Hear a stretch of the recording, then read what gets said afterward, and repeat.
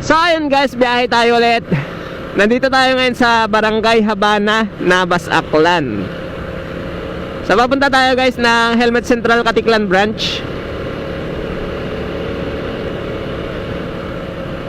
Actually galing din tayo doon nung nakarang araw.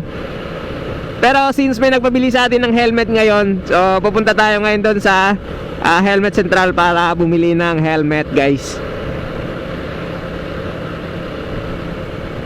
At syempre sa mga nagbabalak dyan na bumili ng helmets and riding gears, lalo na ngayon na papalapit na yung December.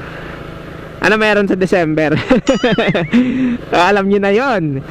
So bakit kayo sa Helmet Central bibili? Kasi dito sa buong Aklan, Helmet Central lang yung pinakamalaking helmet store dito sa buong Aklan guys. At bukod dyan, Helmet Central lang din yung nagbebenta dito ng SRP price. Syempre kung mga SRP price na yan guys, na mga items, malaking bagay yan, malaking tipid yan sa atin. Lalo sa mga kagaya natin na medyo nagtitipid. Saan ka ba? Syempre kay Helmet Central na.